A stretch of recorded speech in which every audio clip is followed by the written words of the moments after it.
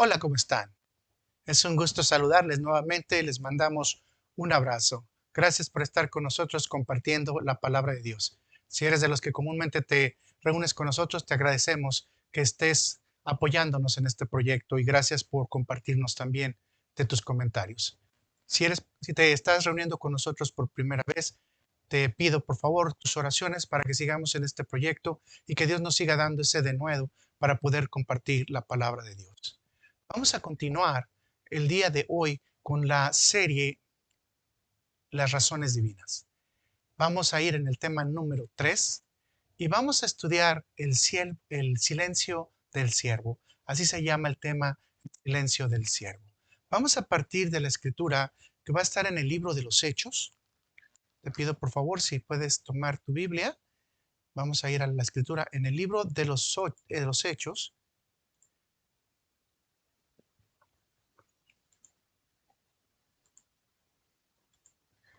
y vamos a leer del capítulo 26, perdón, del versículo 20, capítulo 8, versículo 26 al 35. Así que va a ser una lectura larga para aquellos que por primera vez se están reuniendo con la Biblia también, que me han pedido que les dé una pequeña introducción rápido de esto. Bueno, es el libro de los Hechos de los Apóstoles, fue escrito por Lucas y también fue Lucas alumno de Pablo, pero todos los libros, los 66 libros de la Biblia, son inspirados por Dios, así que siempre toma en cuenta que la pluma del hombre básicamente es inspiración divina la que realmente estaba inscribiendo. Así que vamos a ir al capítulo 8, Nuevo Testamento, y vamos a ir al versículo 26 y vamos a leer el nombre de nuestro Señor Jesucristo. Dice, un ángel del Señor habló a Felipe diciéndole, levántate y ve hacia el sur, por el camino que desciende de Jerusalén a Gaza, el cual es desierto.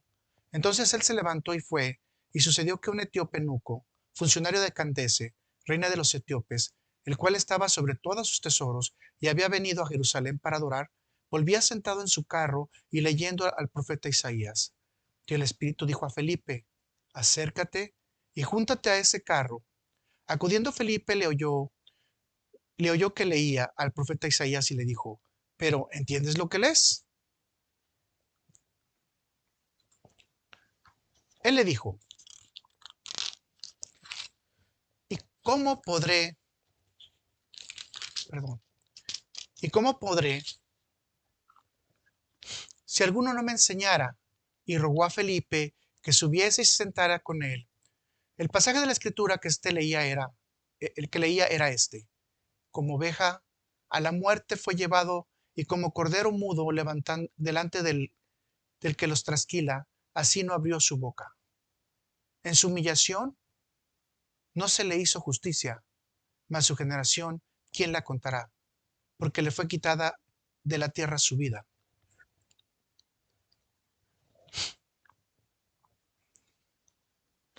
Respondió el eunuco y dijo a Felipe, te ruego que me digas, ¿de quién dice el profeta esto? ¿De sí mismo o de algún otro? Entonces Felipe, abriendo su boca y comenzando desde esta escritura, le anunció el Evangelio de Jesús. Les pido, mis hermanos, que me acompañen a orar. Gracias, Padre Celestial. Gracias, bendito Señor. Sabemos que no es fácil tener que acudir rápido a tu llamado, Señor. Sabemos que a veces hay dudas. Sabemos que en ocasiones no podemos contemplar todas tus palabras porque de alguna manera también tenemos una atadura en nuestros ojos. A veces nuestro corazón está ciego de entendimiento. Pero Señor, ayúdanos a entender la verdadera razón de estas escrituras. Ayúdanos a conocer lo que tú quieres que aprendamos de tus siervos, Señor. Ayúdanos, Señor, a disponer nuestro corazón para que nuestro corazón esté listo para poder hacer todas las actividades que tú nos pidas, Señor. Que estemos prestos, que estemos atentos, que estemos siempre abiertos, pero sobre todo que tengamos el entendimiento para guiarnos en prudencia, Señor. Te pido por todos y cada uno de los corazones, de los que están reunidos como de los que van a reunirse, Señor, para que sus corazones también tengan esta disponibilidad, Abre nuestro entendimiento, Señor. Gracias por tus libros. Gracias porque nos has dado el entendimiento del Espíritu Santo para que también tengamos esa guía profética que tú nos das. Gracias, Señor. En tu sagrado nombre y tu amado Cristo Jesús, te pedimos que nos guíes en este estudio. Gracias, Señor. Vamos a continuar entonces viendo unas características interesantes de estas escrituras. Permíteme hacerle un breve comentario que es muy importante en las escrituras que estamos leyendo. El etíope estaba leyendo, y si usted se dio cuenta, el etíope estaba leyendo en voz alta. Esto permitió o facilitó a que Felipe se diera cuenta cuál era el contexto en el que el etíope estaba trabajando. Y consecuentemente, el etíope logró darle la información a Felipe sin que él se diera cuenta de lo que estaba pasando. Pero Felipe, que ya iba dispuesto su corazón a lo que era la ordenanza de Dios, Felipe logró hacer básicamente el gancho, el enclave, logró asimilarse al eunuco simplemente al preguntarle, ¿entiendes lo que lees? En el contexto histórico de este tiempo era muy, pero muy común que la gente estuviera escuchando la palabra de Dios a través de otros, pero comúnmente lo más común era que la persona leyera las escrituras de manera verbal. Y le voy a decir por qué. Bueno, lo hacían porque ellos querían confirmar, entender, memorizar, meditar, reafirmar, practicar y llevar en su vida diaria la palabra de Dios, el consejo de Dios, para que no fuese nada más ni nada menos que el consejo de Dios el que rigiera sus vidas. No era fácil, no era fácil, pero esto nos confirma algo que de manera tácita siempre está ocurriendo, que es que cuando nosotros estamos escuchando, estamos confirmando y reafirmando nuestra fe. Así eso es lo que pasa cuando nos lo dice en el libro de Romanos. Así que la fe es por el oír y el oír la palabra de Dios. Esta cita la tenemos en Romanos 10:17, si estoy correcto. Así que imagínese que usted en este día pueda confirmar, entender, memorizar, meditar y básicamente llevar la instrucción completa a su diario vivir. Es lamentable que no esté ocurriendo esto.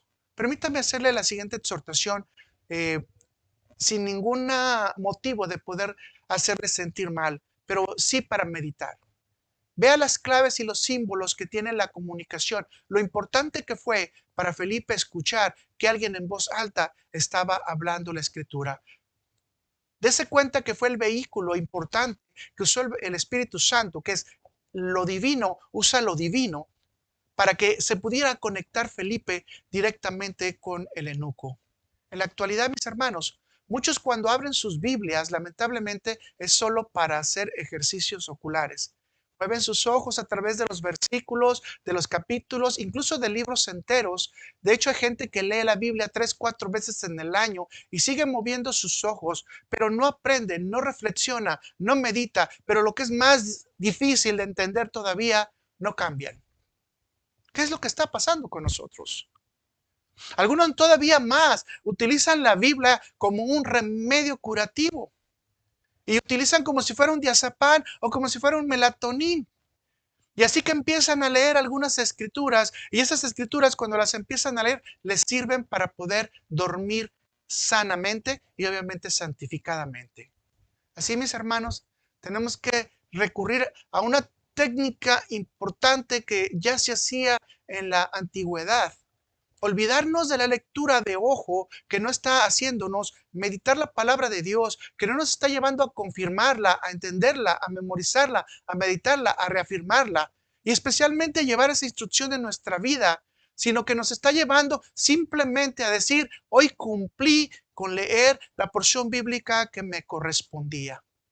Así que mis hermanos, demos ese brinco, demos ese paso, démonos fuera de ahí y vayamos nuevamente quizás, si no puedo concentrarme en la Biblia totalmente, lo que sí puedo hacer es empezar a leer versículos pequeños en voz alta y que me ayuden a llevar a esa meditación. En los Salmos usted va a encontrar siempre una palabra que se llama Selat en hebreo o Shelach, pero es Selat la pronunciación. Entonces esta palabra te dice, vuelve otra vez a leer y vuelve a confirmar y vuelve a aplicar, ponlo en tu corazón y en el contexto actual trata de llevarlo en tu vida. Así que quizás sea una buena exhortación en este momento que podemos entender que Felipe pudo captar lo que la otra persona necesitaba por el simple hecho de que iba leyendo en voz alta. Y la otra persona iba deteniéndose, que era el eunuco, en esa palabra, meditándola, repitiéndola, buscando alguna forma en que Dios le diera la posibilidad de entenderla. Así que podemos atraer nuevamente nuestra atención hacia la palabra de Dios si hemos tenido dificultad y buscando solamente hacer algo sencillo, volver a hablar la palabra de Dios en voz alta para que empiece a edificar nuestro corazón. Así que vayamos a la escritura y vamos a darle el enfoque que yo quisiera que usted me siga. Mire, es bien importante en la forma general.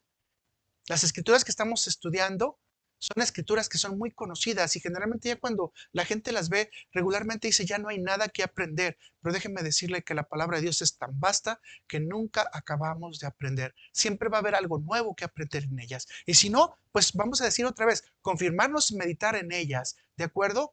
Así que podemos destacar en estas escrituras hechos importantísimos como la intervención divina a través de un ángel, la obediencia del siervo, que en este caso fue Felipe, la percepción de Felipe hacia el contexto del que estaba involucrado. Pero vea qué importante, la acción rápida de Felipe al ver que una alma era necesaria, o sea, que él no sabía exactamente el trabajo que iba a hacer, pero se dio cuenta que había que hablar con una persona y él rápidamente fue por el alma que se podía perder. Así que rápidamente podemos darnos cuenta que todos que estamos siendo llamados a ser un ministerio de evangelistas y los evangelistas tenemos que ir rápidamente. Todos somos un ministerio de instructores, de pastores y maestros, todos, porque a todos nos llaman a hacer las actividades. Después los llamados directos en la iglesia ya se los darán sus pastores, pero todos tenemos la obligación de llevar el evangelio. En esto quiero concretar. Así que vemos también en esta escritura el etíope tratando de entender las escrituras y tiene usted que destacar la característica del etíope. El etíope era un funcionario creyente del judaísmo. Así que es muy interesante porque él dijo que vino a alabarlo, vino a honrar a Dios, vino a trabajar con lo que Dios le quería dar. El estilo del evangelismo que vemos en este caso es persona a persona y lo vemos de una manera muy, pero muy característica. Ir desde una escritura hasta llevarlo al Evangelio de Jesucristo. Después, más adelante, aunque no lo leímos, usted va a ver la transportación sobrenatural de Felipe. Pero el tema de esta escritura centralmente sería simplemente el evangelismo, o pudiéramos entender que existen otras cosas más que están relacionadas en esta escritura y no por este hecho menos importantes, sino extremadamente importantes porque podemos encontrar otra figura más. El tema central de estas escrituras realmente puede determinarse a través de dos preguntas. Y quiero que usted medite las preguntas de una manera así minuciosa y tranquilamente. ¿Cuáles son esas dos preguntas? ¿De quién está hablando la escritura? Se la voy a volver otra vez a mencionar. ¿De quién está hablando la escritura? Segunda pregunta, ¿qué fue lo que atrajo la atención del etíope e impactó su vida para siempre? ¿Qué fue lo que estaba atrayendo la atención del etíope? Para contestar estas dos preguntas, se considera necesario poder ir al contexto de las escrituras que originalmente estaba leyendo el etíope.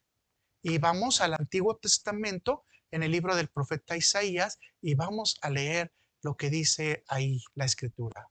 En Isaías 53, versículo 7, capítulo 53, versículo 7 al 9.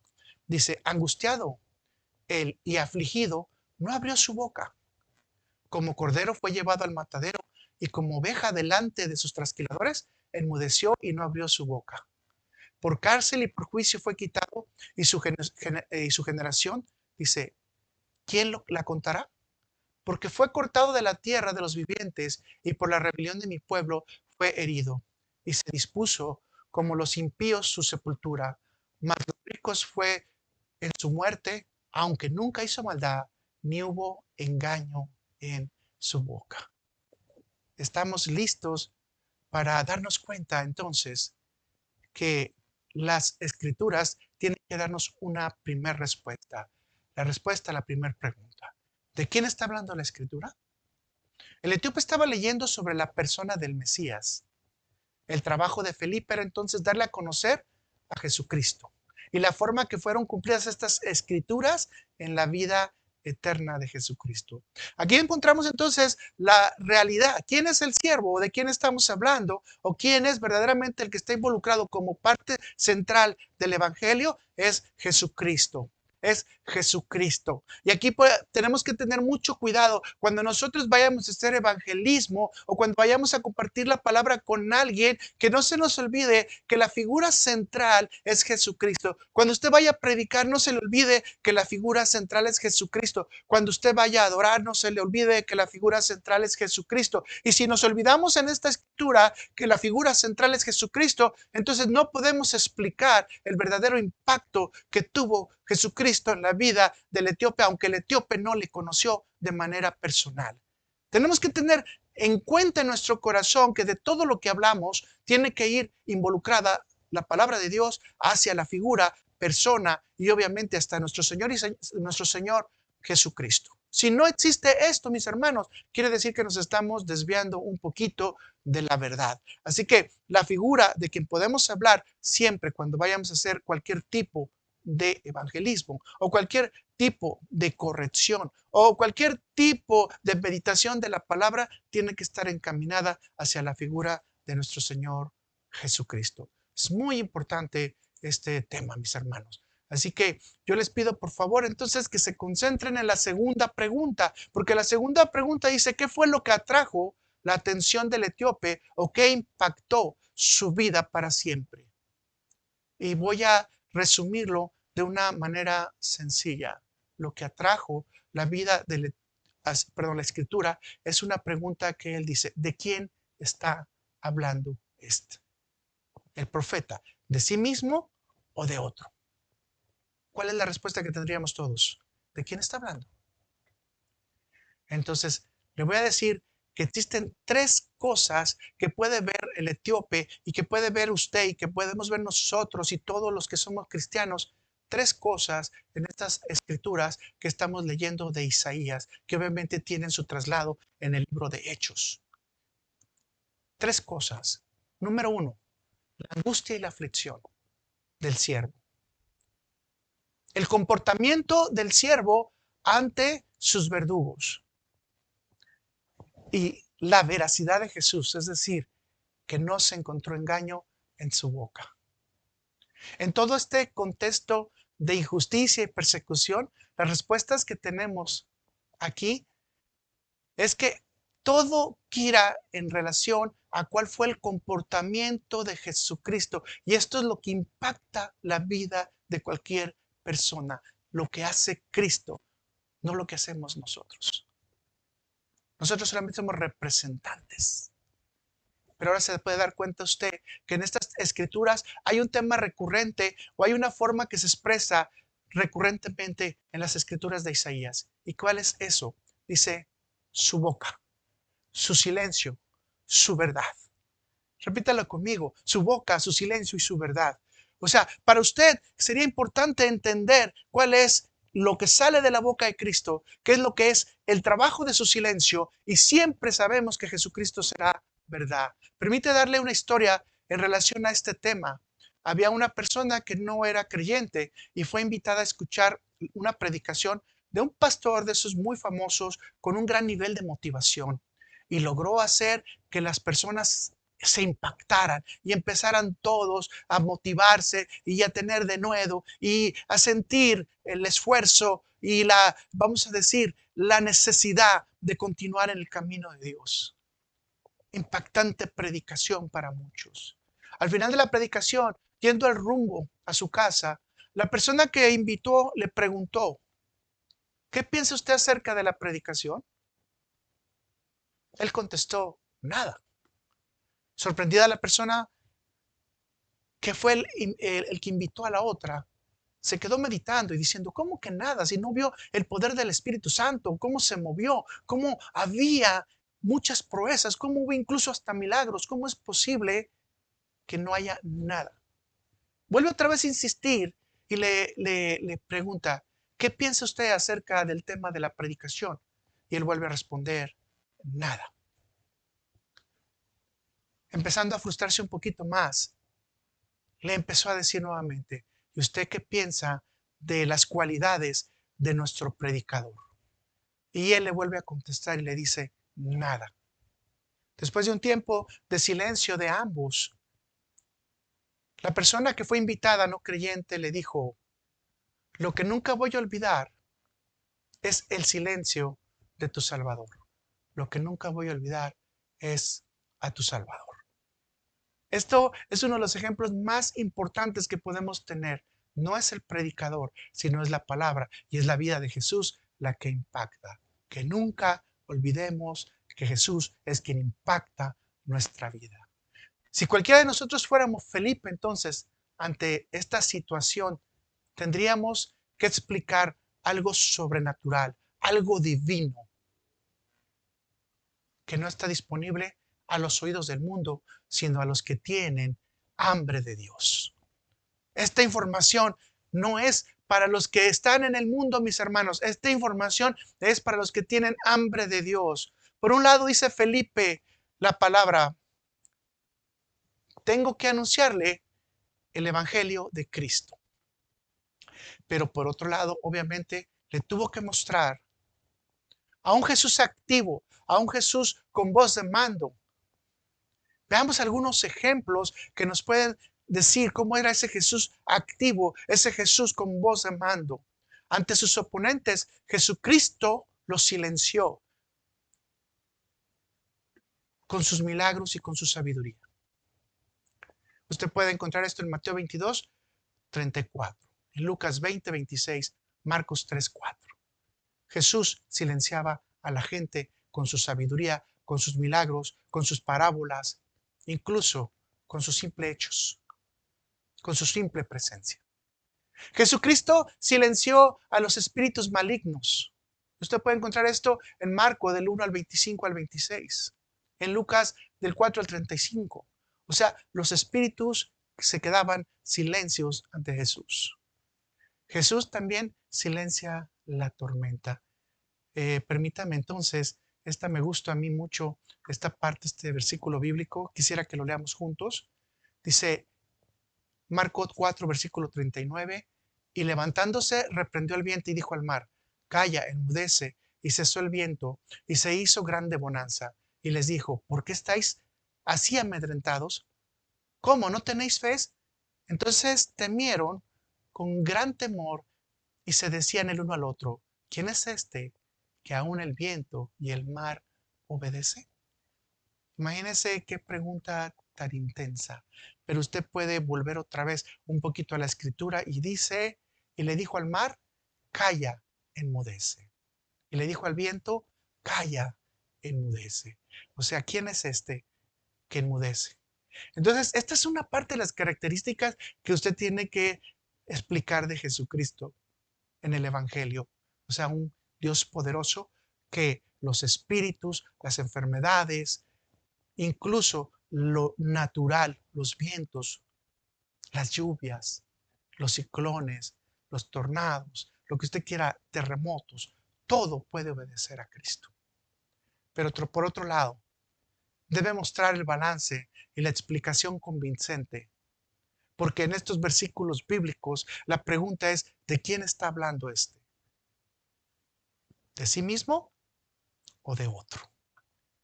Y tenemos que hablar de este mismo Cristo poderoso, fuerte, que domina la naturaleza, pero ahora en otro rubro. El siervo que guarda silencio. El siervo que mantiene su boca cerrada. Y tendríamos que permitirnos entonces explicar por qué el siervo mantuvo su boca cerrada. ¿Está listo para las explicaciones? ¿Le gustaría compartirlas? Bueno, permítame darle dos explicaciones en relación a que su boca quedó callada y una explicación más en relación a la verdad de Cristo. Veamos con la primera explicación. Permítame decirle, ¿qué impactó al eunuco? Bueno, el eunuco era un jefe. El eunuco tenía gente a su cargo. El eunuco sabía cómo la gente respondía. especialmente aquellos que son siervos o esclavos. Y ahora imagínense que dentro de estas escrituras le dicen y guardó silencio. Vamos al punto número 1. El siervo siempre tiene que hacer la voluntad de su maestro. Aún a un sirviente no le es permitido hablar en contra de las órdenes que ha recibido. El sirviente siempre debe de estar sometido al deseo de su maestro, mis hermanos. Siempre. El deseo del Padre, que es divino, es que se pudiera pagar la deuda que la humanidad hizo a través de Adán y Eva, que fue una ofensa divina. Y la única manera de poder pagar esa ofensa divina tenía que ser con una ofrenda divina. Y en este caso se eligió en algún lugar de la eternidad, en algún momento en la eternidad, que el Hijo y el Padre decidieran que el Hijo iba a ser la ofrenda divina, el Cordero inmolado, para que nosotros pudiéramos ser limpios y poder presentarnos nuevamente ante Dios. Así que cualquier cosa que pudiera pasar alrededor de esto o contrario a esto, obviamente Jesús no lo iba a permitir. Jesús sabía que tenía que llegar a la cruz, hacer el sacrificio para salvarle a usted y para salvarme a mí. Y gracias a Dios por eso, porque por esa acción somos salvos y conocemos a nuestro Redentor. Veamos que la obediencia de Jesús ante este objetivo somete toda su voluntad. Y este sometimiento de su voluntad la podemos ver especialmente cuando está en el monte de Getsemaní y ya lo van a arrestar.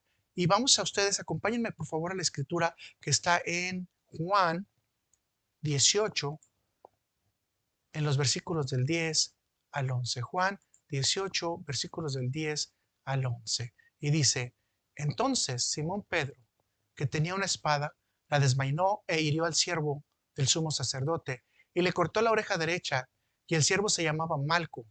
Jesús dijo a Pedro, mete tu espada a la vaina. La copa del Padre, la copa que el Padre me ha dado, no la he de beber. A ver, escuche qué importante es esta escritura. La copa que el Padre me ha dado, no la he de beber. ¿Qué opina usted? El siervo obediente va a estar dispuesto a realizar todas las cosas que Dios le envíe. Si unimos estos pasajes, podemos darnos cuenta y entender, especialmente con Isaías y ahora con Juan, podemos entender que todas las angustias y aflicciones que nos da el Padre, ¿debemos de beberlas o no debemos de beberlas? Qué interesante es esta situación. O sea, todo lo que me da el Padre, ¿lo debo de beber o no lo debo de beber? Y en esto obviamente está implicado lo que Jesús nos está diciendo. O sea, si tienes tribulación, si tienes angustia, si tienes aflicción, si tienes depresión, enfermedad, dudas, no sé, estás cansado, fatigado, y todo esto es enviado por el Padre, porque el Padre es el que tiene el dominio de este mundo. No es cierto que Satanás tiene el dominio de este mundo. Todavía no le dan esa posibilidad a Satanás. Va a llegar un tiempo en que va a tener mucha libertad, pero no toda la libertad, sino mucha libertad para hacer destrucción. Así que nosotros podemos guiarnos en una seguridad que cuando nosotros somos hijos de Dios, es el Padre el que nos está guiando. Así que entérese muy bien de esto y reflexionemos un poquito. Partamos de la siguiente pregunta en lo natural. ¿Usted qué haría si tiene una situación de angustia y aflicción? Bueno, en la vida normal, ante la experiencia de angustia y aflicción, vamos a buscar siempre expresar nuestros sentimientos a los demás. Vamos a buscar un consejero, una persona, un amigo, alguien que pueda escucharnos por qué estamos afligidos o por qué estamos angustiados. De hecho, está recomendado clínicamente por los expertos de la salud mental que con el fin de que usted pueda sentirse mejor, haga lo que se conoce como una catarsis. Es decir, que expulse sus sentimientos, declare sus pensamientos hacia afuera, eche afuera sus pensamientos negativos para que usted se sienta mejor. ¿Por qué? Porque no queremos que usted tenga un problema mental fuerte. Queremos que usted se libere. Grite, váyase al cerro, salte, eche lo más que pueda, póngase a pintar, aviente cosas, reviente lo que tenga que reventar, pero libérese de estas negatividades, de estos pensamientos que pueden marcar su vida para siempre. Pero déjenme decirle que si vemos la Biblia y ante la angustia y la aflicción, y vemos el ejemplo de Jesús, dice que Jesús ante la angustia y la aflicción no abrió su boca. Ante la angustia y la aflicción no abrió su boca. Aprendemos entonces que el creyente debe de caminar junto con las aflicciones sin temor y confiando en Dios. ¿Por qué? Porque Dios está trabajando por usted. Porque las aflicciones que nos da Dios en una copa para que las tomemos, debemos de tomarlas, porque sabemos que no son malas, sino que van a ser buenas. No, pero eso es un pensamiento del diablo, no.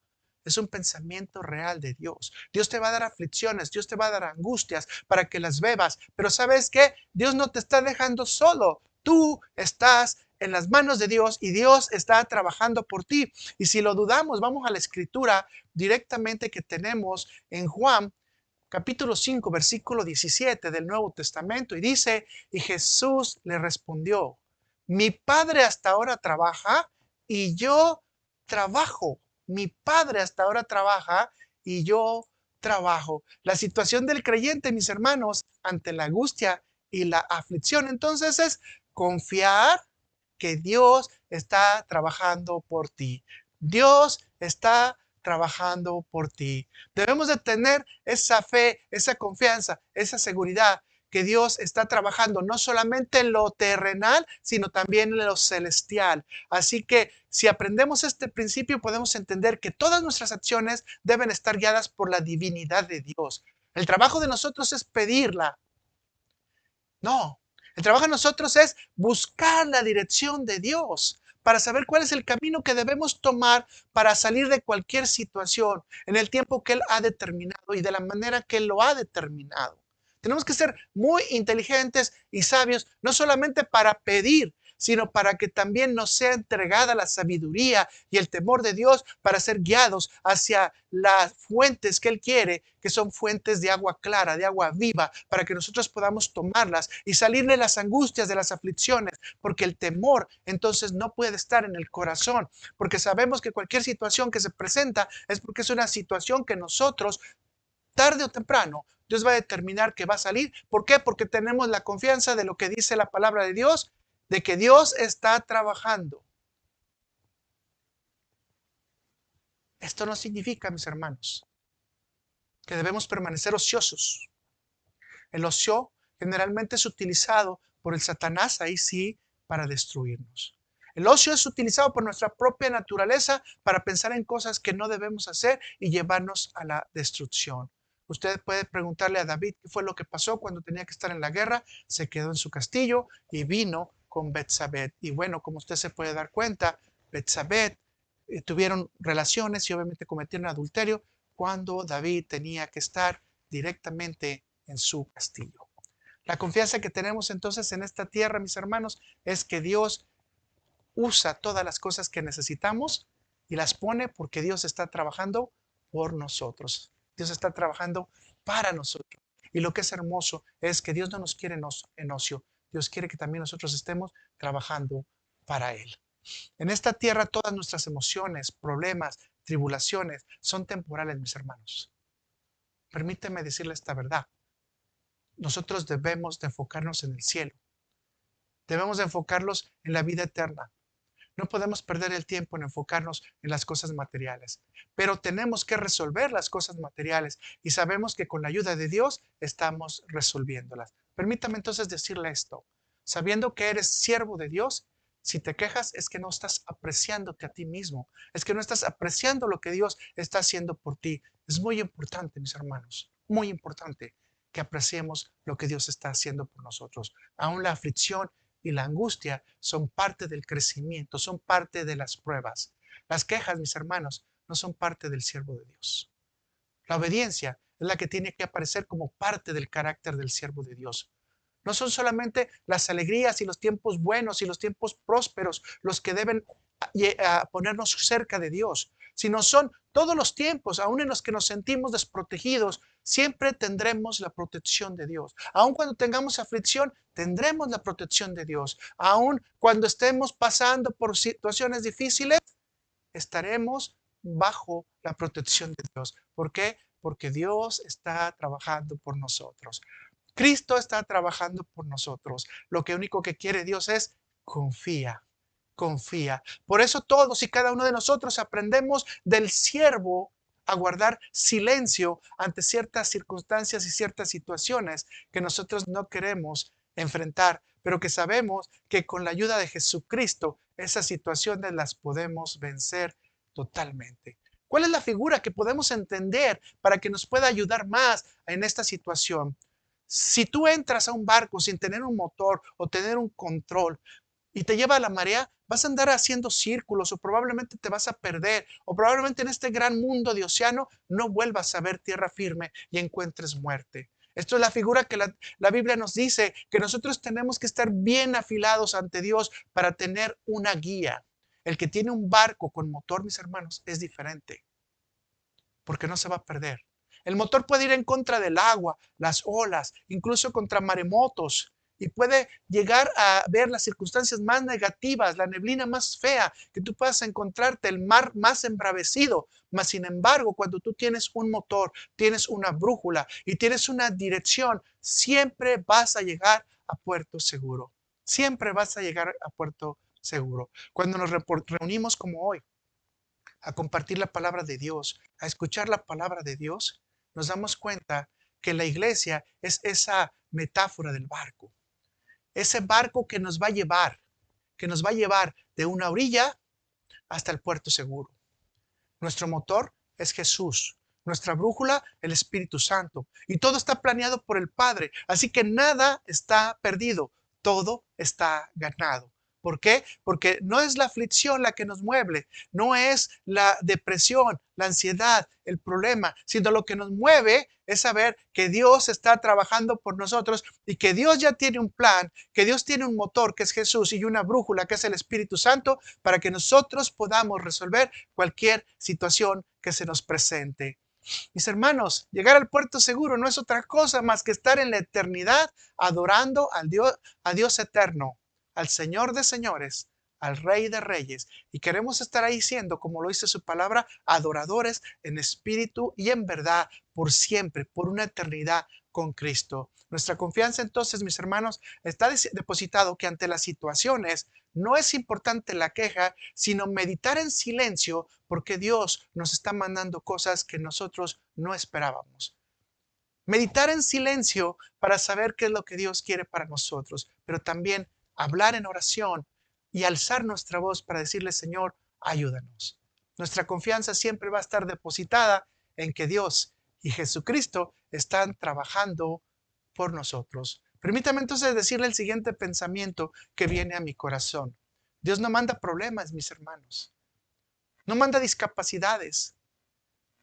No manda situaciones para avergonzarnos, sino Dios manda desafíos para probar nuestra fe y nuestra confianza en Él. Eso es lo que quiere Dios, que tengamos fe y confianza en Él. ¿Estás listo? Que ante cualquier situación lo puedas realmente entender y no es la queja la que venga en tu vida, sino que venga el entendimiento, la meditación de la palabra de Dios en la situación y decir, Señor, ayúdame con esto porque te necesito. Y sé de antemano por fe que tú ya estás trabajando por mí. Tendríamos como el siervo obediente que beber de la copa, mis hermanos, sabiendo que Dios tiene el cuidado de nosotros y cumplirá sus promesas a sus siervos fieles. No importa las circunstancias, quizás hoy usted y yo tengamos tormentas.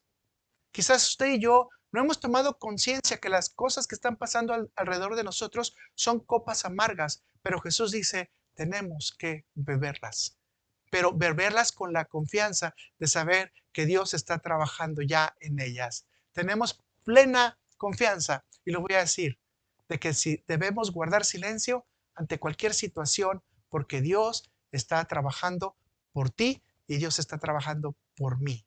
No nos vamos a guiar por quejas, sino nos vamos a guiar por la voluntad de Dios. Tenemos ahora la opción de echar nuestras cargas también al Señor. Eso es algo que Jesucristo nos da, que todo el que venga y esté cansado, agotado, afligido, especialmente cuando está haciendo la obra de Dios, venga, dice, tráigame sus cargas y yo lo voy a hacer descansar.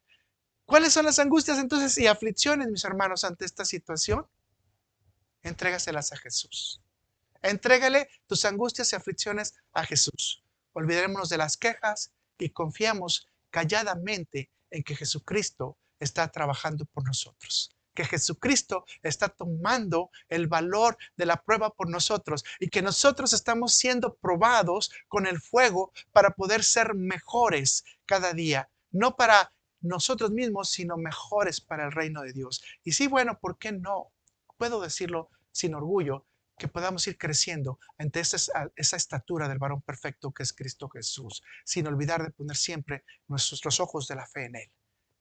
Así que, hermano, hermana, este es el buen día, esta es la buena noche, por si no has tomado tu copa de las angustias o te has quejado mucho de tus angustias, de tus aflicciones, de tus problemas, es un buen día para decir, Señor, si quiero beber calladamente la copa de las angustias, poner mi corazón en ti, afianzar mi vida en ti y salir de esta situación, voy a decirlo así, triunfante, aun cuando tenga dolor, aun cuando tenga angustia, aun cuando tenga una situación difícil, porque sé que tú estás trabajando conmigo.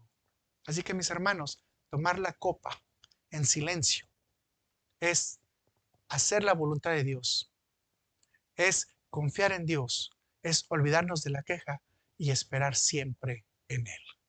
Leamos la siguiente escritura, que es el título del Salmo 62, que realmente en hebreo tendría que ser 62.1, y dice, para el director del coro, según Jedutún, Salmo de David, en Dios solamente espero, en silencio mi alma. En Dios solamente espera en silencio mi alma.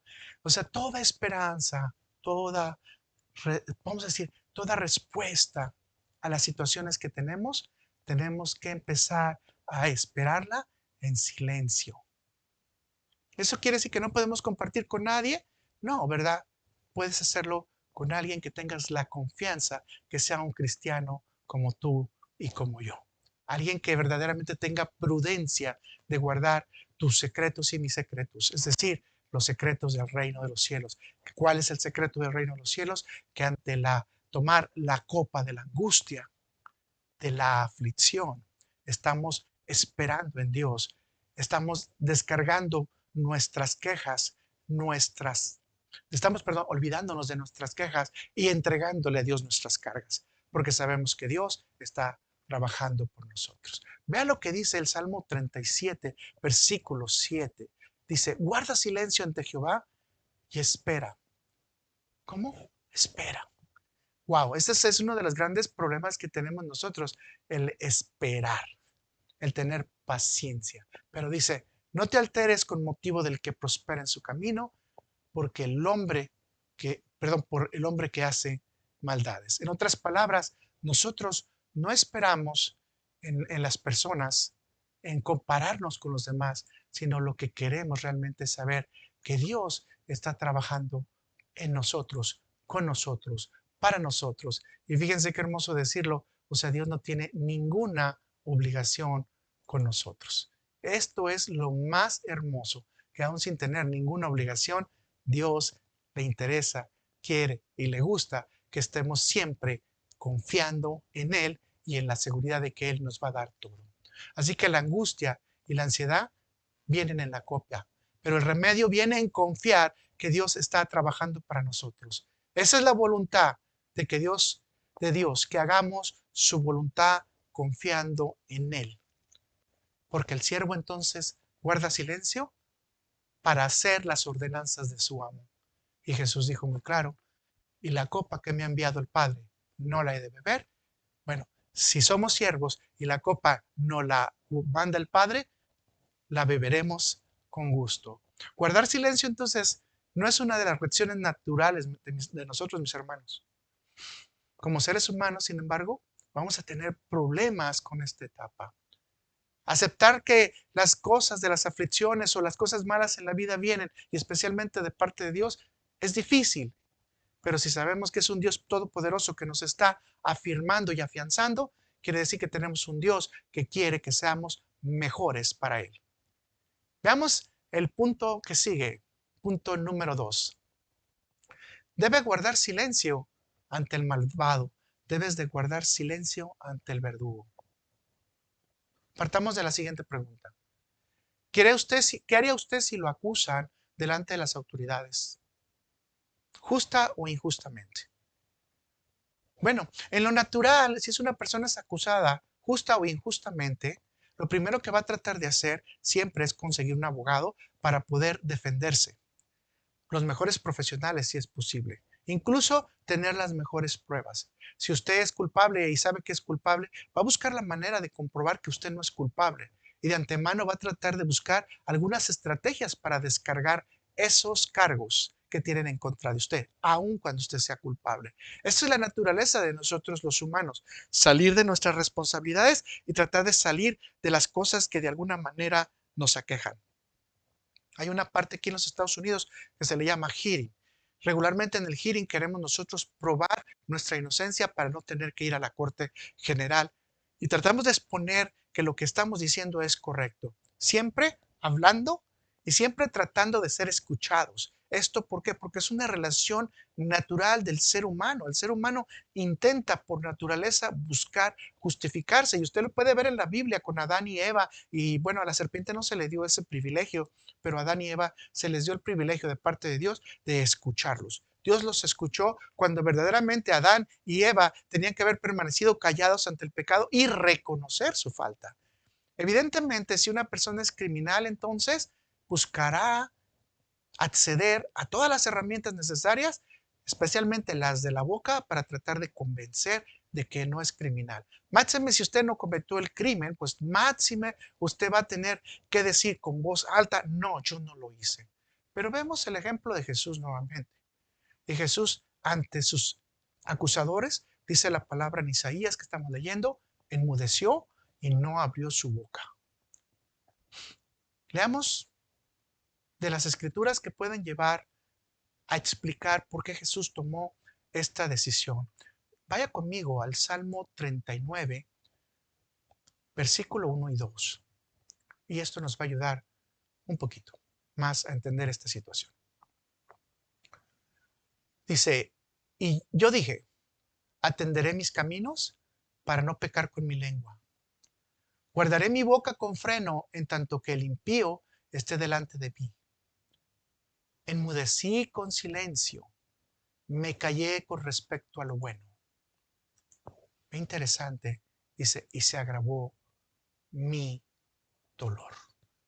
Wow, qué importante es esto. Ahora ayúdeme usted. ¿Cómo Jesús aplicó estas escrituras? ¿Cómo Felipe tuvo que haberle explicado estas escrituras al eunuco para decirle, mira, es importante que ante el impío, ante el que no conoce la verdad de Dios, ante el que no le interesa la verdad de Dios, no entrar ni en discusión? Pero vamos a ver cómo lo hizo Jesús. ¿Y le parece bien? ¿Qué hizo Jesucristo? Permaneció callado ante los que le acusaban, ante los que lo afligían, ante los que decían mentiras, ante los que no estaban hablando la verdad. Jesucristo permaneció callado.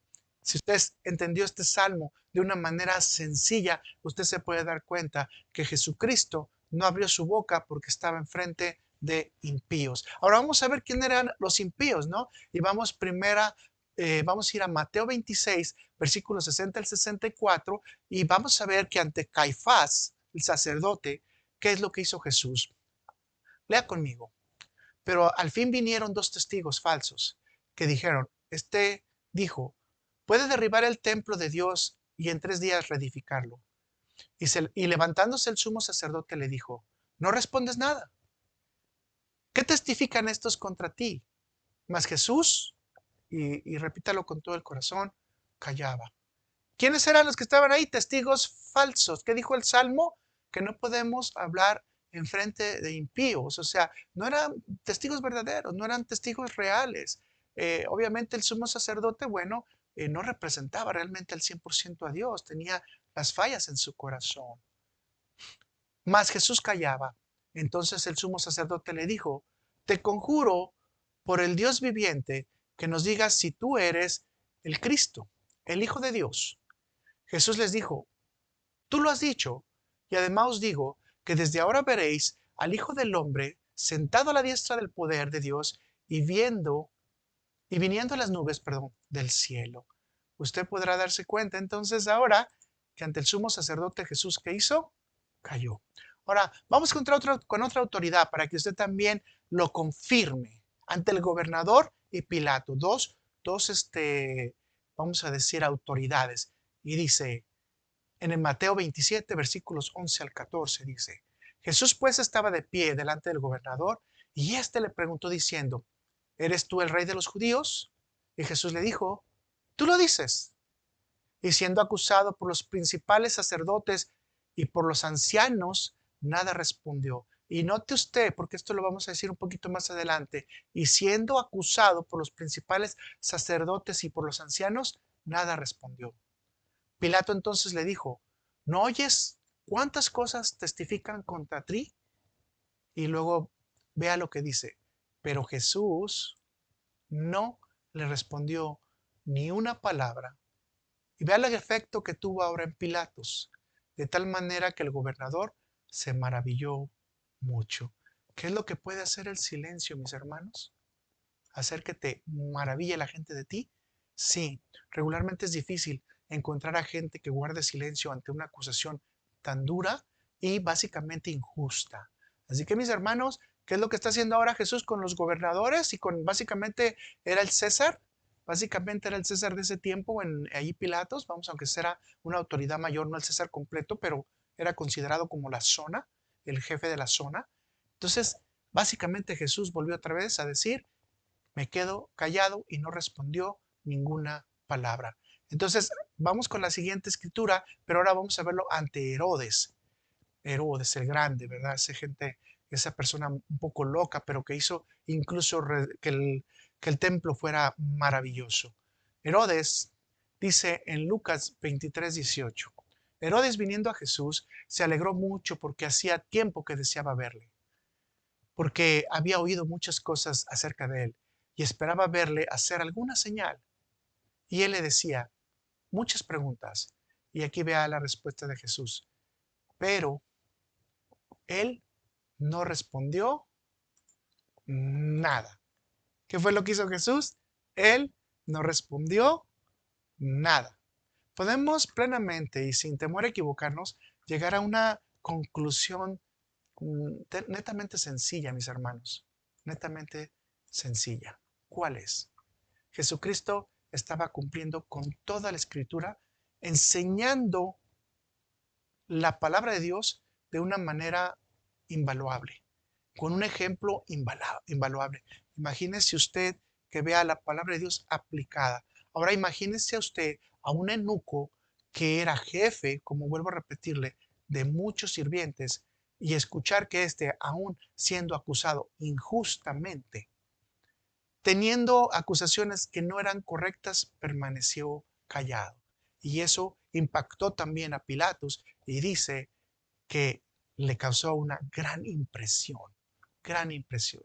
Jesús nos está enseñando entonces que debemos de callar ante el impío, ante el debate irracional o vacío con la gente, ante el que no tiene sentido o simplemente al que no está buscando la verdad para hacer justicia, mis hermanos.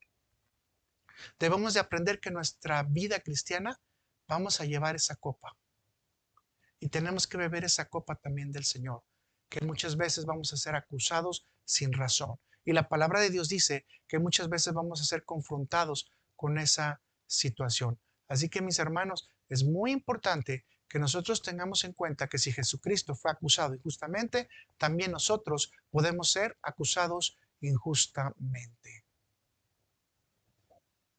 ¿Bebemos la copa con las aflicciones, las angustias?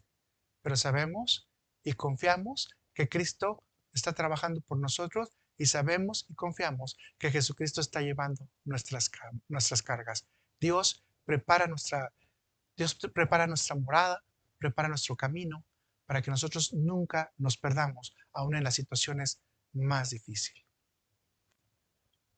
Mis hermanos, entonces, el Evangelio de Jesucristo debe darse a las personas en las cuales Dios está preparando, en donde el terreno ya está labrado.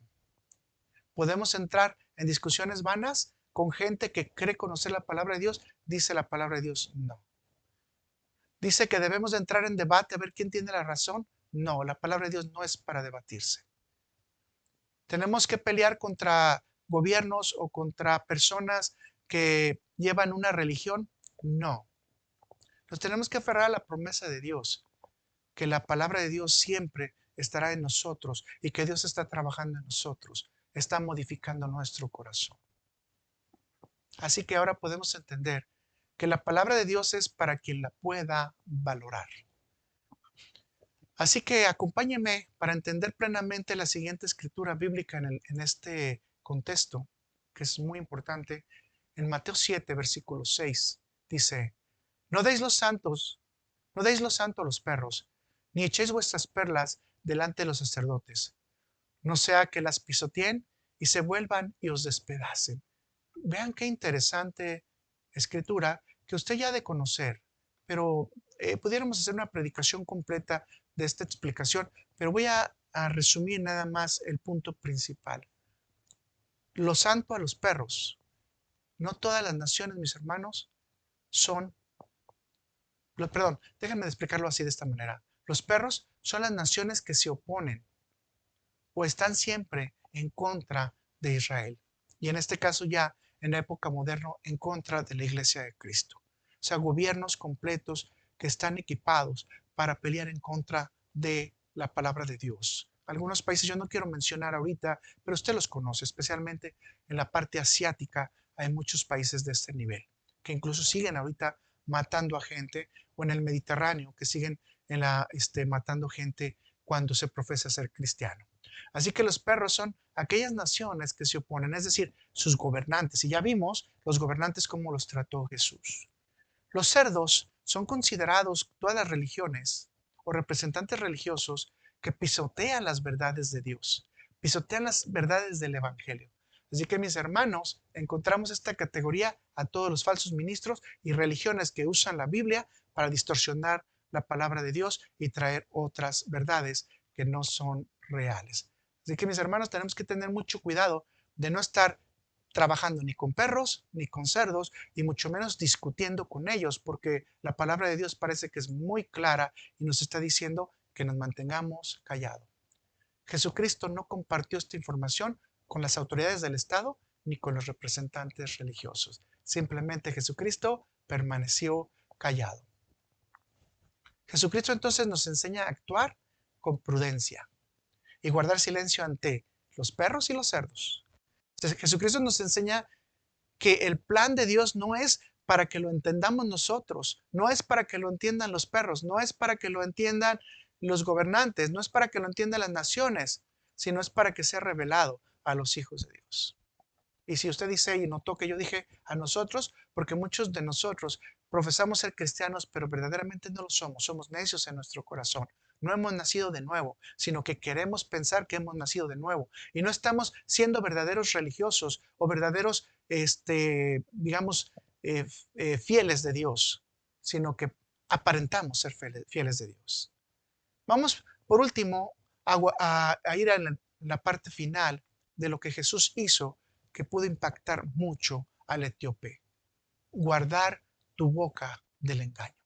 En la mayoría del tiempo, nuestro comportamiento es una tendencia al mal, es una tendencia a decir mentiras. Medias verdades, medias mentiras, verdades inconclusas son mentiras, mis hermanos. De hecho, muchas de las ocasiones sabemos que algunas personas nos están mintiendo, pero aún así toleramos sus mentiras, porque es parte de lo que nos conviene o de los que nos convence. Por ejemplo, los candidatos dicen mentiras. Usted sabe que le están mintiendo, pero finalmente y de cualquier manera vota por ellos. ¿Mm? El ejemplo de Jesús nos dice, no, Jesús nunca hizo maldad. Así que no se encontró engaño en su boca. Y este es el ejemplo que tenemos que seguir todos los cristianos de que no deba haber engaño en su boca, en mi boca o en la de cualquier otra persona. Debemos de guardar la boca de hacer engaño por todos los motivos que puedan pasar. pero siendo discretos y prudentes, mis hermanos. Discretos y prudentes. Muchas veces no guardamos nuestra boca, ¿verdad? Decimos, es que voy a hacer una exhortación directa y voy a golpear a esta persona con la Biblia porque necesita corregirse. Ok, ven acá, escucha, relájate tranquilo. Necesitamos ser prudentes, ver si esa persona, Dios ya labró la tierra en ella para aceptar esa exhortación. Así que ahora vamos a entender esta verdad de guardar nuestra boca porque tiene una consecuencia súper grande. Vaya conmigo, por favor, a Mateo 12, versículo 36 al 37, y dice, mas yo os digo que todas las palabras ociosas que hablen los hombres de ella darán cuenta en el día de juicio, porque tus palabras serán justificado y por tus palabras serás condenado. Voy a volver a repetir. Mas yo os digo que de toda palabra ociosa que hablen los hombres, de ella darán cuenta en el día del juicio, porque por tus palabras serás justificado y por tus palabras serás condenado. El hablar la verdad es sustantivo para no entrar en un juicio. Regularmente no podemos entender esto, pero es encontrar una mentira en nuestra vida en relación a otra persona, haciéndole una acusación, mis hermanos, no es una mentira buena o no es una mentira mala, sino al contexto de estas escrituras, una mentira no es mala, sino es una mentira que te condena. Una mentira en la que tú vas a tener que ir a dar cuentas al Señor. Vea lo que dice entonces Pedro en relación a esta hermosa parte de que no se encontró en su boca engaño. Veamos a Pedro, en 1 de Pedro 2, versículo 22 al 24, dice, el cual no hizo pecado, ni se halló engaño en su boca, quien cuando le maldecían no respondía con maldición, y cuando padecía no amenazaba, sino encomendaba la causa al que juzga justamente, quien llevó él mismo nuestros pecados en su cuerpo sobre el madero, para que nosotros, estando muertos a los pecados, vivamos a la justicia, y por cuya herida fuimos sanados. Amén. Gracias a Dios por esa eh, provisión que nos está dando. Así que podemos entender que existe una gran diferencia entre el comportamiento de Jesús y el que comúnmente nosotros tendríamos ante estas situaciones. Podemos agregar un extra, ¿verdad, mis hermanos? Podemos agregar un extra, que debemos de guardar silencio si queremos escuchar la voz de Dios. Si quieres escuchar la voz de Dios, guarda silencio. Te pido por favor que me acompañes a Deuteronomio 27, versículos del 9 al 10 para establecer esta verdad. Y Moisés con los sacerdotes le habló, perdón, y Moisés con los sacerdotes levitas habló a todo Israel diciendo, guarda silencio y escucha, oh Israel. Hoy has venido a ser pueblo de Jehová tu Dios. Oirás pues la voz de Jehová tu Dios y cumplirás sus mandamientos y sus estatutos que yo te ordeno. Qué hermosa palabra, ¿verdad? Así que, teniendo como base el silencio, la meditación, podemos aprender que Dios puede trabajar más en nuestro corazón, en intimidad con Él y en su presencia. Hemos tenido entonces la base y hemos aprendido a aplicarnos y a esforzarnos prudentemente en guardar silencio cuando sea necesario, o a limitar nuestras palabras cuando sea necesario, o a limitar nuestras verdades cuando sea necesario. Vea usted lo que dice Proverbios, capítulo 10, versículo 19. Dice, en las muchas palabras no falta pecado, mas el que refrenda sus labios es prudente. Mis hermanos, es obvio que debemos de tener mucha prudencia cuando hablamos, cuando estamos entonando nuestra boca en relación a cualquier circunstancia, experiencia o situación. ¿Qué impactó al etíope entonces? El comportamiento del siervo fiel, el comportamiento del Mesías, el comportamiento de Jesús. Eso fue lo que impactó al etíope. No lo impactó Felipe, no lo impactó un ángel, no lo impactó nada, sino solamente las Escrituras y Jesús. Es importante que no quitemos nunca del renglón que Jesús es la parte central del Evangelio. ¿Qué impactó al etíope entonces, mis hermanos? El comportamiento de Jesús ante la angustia, la aflicción, el comportamiento de Jesús ante sus verdugos y ante las falsas acusaciones, el comportamiento de Jesús al manejar su boca con prudencia, con delicadeza, el comportamiento de Jesús de no presentarse en controversia con las naciones y con los que son pecadores, el comportamiento de Jesús de llegar a cumplir toda la voluntad del Padre para que hoy seamos salvos, el comportamiento de Jesús de no manifestar mentiras ni engaños. Mis hermanos, el silencio del siervo obediente que cumplió con toda ley nos trajo a nosotros la salvación. Muchas gracias. Te pido que me acompañes en este momento en oración. Gracias, Señor Padre Celestial. Gracias por este momento. Ayúdanos a entender cuándo debemos de guardar nuestra boca, cuándo debemos ser ejemplo a los demás en silencio. Ayúdanos a entender también cuándo debemos de tomar la copa, Señor. Ayúdanos a ir progresando para tener mayor madurez en nuestra fe. Te pido, Señor, que tú trabajes en nuestros corazones. No te pido que nos mandes muchas copas de angustia y aflicción, pero si tu voluntad es esa, aquí las esperamos, Señor. Pero te pido que sí nos des la fortaleza para tomarlas con gusto. Gracias, Señor. Gracias, Padre Celestial. Gracias por todo lo que nos das. Te alabamos, bendecimos, honramos y glorificamos. Gracias, Señor. Hermanos, muchas gracias por estar con nosotros. Les invitamos para la próxima. Que tengan una bonita noche. Bendiciones. Y en nombre de nuestro Señor Jesucristo, sean bendecidos en todas sus actividades. No olviden que si tienen que tomar la copa de la angustia, no olviden que también Dios está trabajando por ustedes. Dios está teniendo las salidas. Nosotros podemos dar sus cargas, pero especialmente estamos transformando nuestros corazones. Hasta luego. Que tengan bonita noche.